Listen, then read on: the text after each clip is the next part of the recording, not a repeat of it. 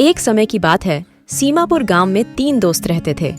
अनुराग, रमेश और करण। वो तीनों बहुत बहादुर थे। अगर गांव वालों को कोई भी परेशानी होती थी तो वो तीनों दोस्त मदद के लिए सबसे आगे रहते थे। उनके गांव में सब कुछ ठीक चल रहा था, सब लोग मिलजुल कर रहते थे। लेकिन एक दिन अचानक गांव में अजीब सी घटना घटने लगी। गांव के बच्चे एक एक करके गायब होने लगे, जो कि एक चिंता का विषय था। इसीलिए सभी गांव वाले गांव के चौपाल पर इकट्ठा हुए और इस समस्या के समाधान के लिए बात करने लगे। काफी देर तक बात करने के बाद करण ने गांव वालों को एक बात कही। क्यों ना हम रात में पहरा दें? इससे बच्चों की सुरक्षा भी हो जाएगी, साथ ही हमें ये भी पता चल जाएगा कि बच्चे आखिर जाते कहाँ हैं। करण की बात सभी गांव वालों को ठीक लगी और इस तरह से कभी अनुराग, कभी रमेश तो कभी करण तीनों गांव में पहरा देने लगे।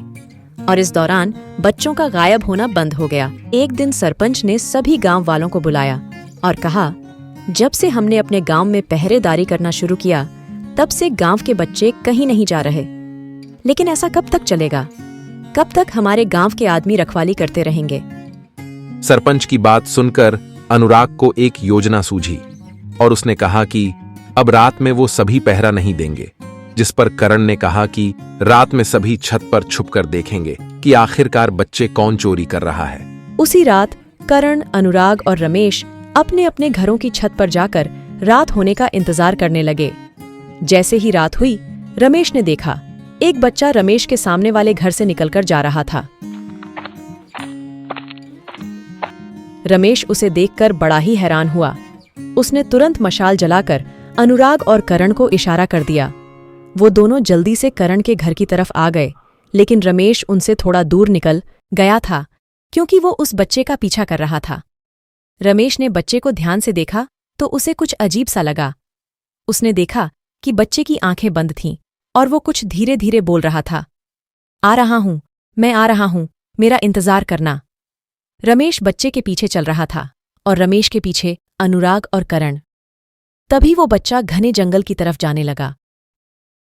उस घने काले जंगल में लोग दिन में जाने से डरते थे और वो बच्चा आंखें बंद किए रात में जा रहा था। ये देखकर तीनों हैरान हो गए। लेकिन वहां अचानक जोरों से आंधी चलने लगी, पेड़ों के पत्ते जोरों से हिलने लगे और वो बच्चा वहां से गायब हो गया, जिसे देख सभी हैरान हुए और जंगल की ओर निकल गए। वो तीनों जंगल के अंदर जाने ही वाले थे, तभी वहां सरपंच के साथ मेघा और सोनम भी हाथ में मशालें लेकर आ गईं। इसके बाद वो सभी जंगल के अंदर चले गए। थोड़ा दूर जाने के बाद उन्होंने देखा कई जानवर वहां मरे पड़े हैं और उनको देखकर ऐसा लग रहा था कि जैसे किसी ने उन्हें नोच नोच कर खाया हो। ये सब देखकर अनुराग कहने लगा, यहां जरूर कोई न कोई गड़बड़ है जो हमें नहीं पता।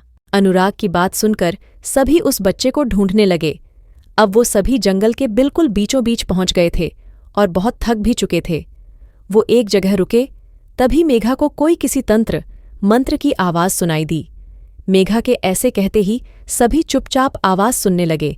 तभी उन सभी को भी वहां पर मंत्र पढ़ने की आवाज सुनाई दी। अनुराग ने हाथ से इशारा करते हुए कहा, आवाज की तरफ चलने को कहा।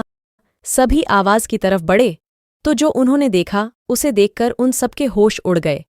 वहां पर एक जगह आग जल रही थी। उसके चारों ओर वो बच्चे बैठे हुए थे जो गांव से गायब थे, और वो बच्चा भी जिसके पीछा अनुराग, रमेश और करण कर रहे थे।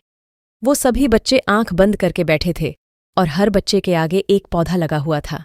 ऐसा लग रहा था जैसे उसको किसी ने अपने वश में कर लिया हो। वहां पर एक डायन, जो दिखने में बहुत भयानक थी, बच्चों के चारों ओर चक्कर लगा रही थी।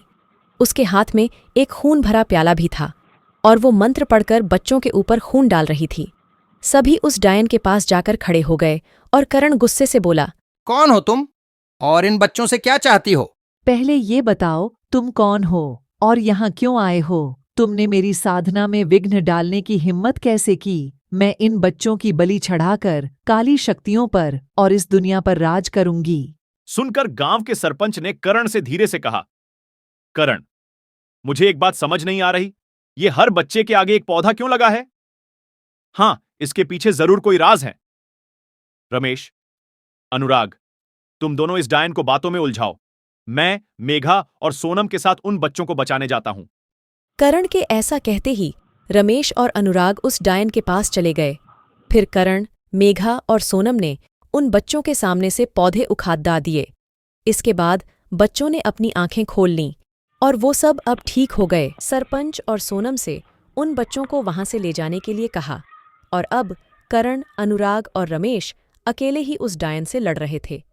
डायन तीनों में से किसी को भी खून के प्याले के पास नहीं जाने दे रही थी, लेकिन फिर भी अनुराग ने जल्दी से खून का प्याला उठा लिया और उस खून भरे प्याले को आग में डाल दिया।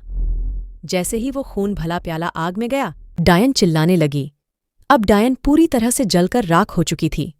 तीनों दोस्त गांव की तरफ लौट गए। गांव के सभी लोग अपने बच्चों को देखकर बहुत खुश हुए और उन्होंने अनुराग, करण और रमेश को धन्यवाद किया। अब वो तीनों गांव के हीरो बन चुके थे। ऐसे अमेजिंग एनिमेशन स्टोरी के लिए हमारे चैनल को सब्सक्राइब और वीडियो को लाइक कर दीजिए।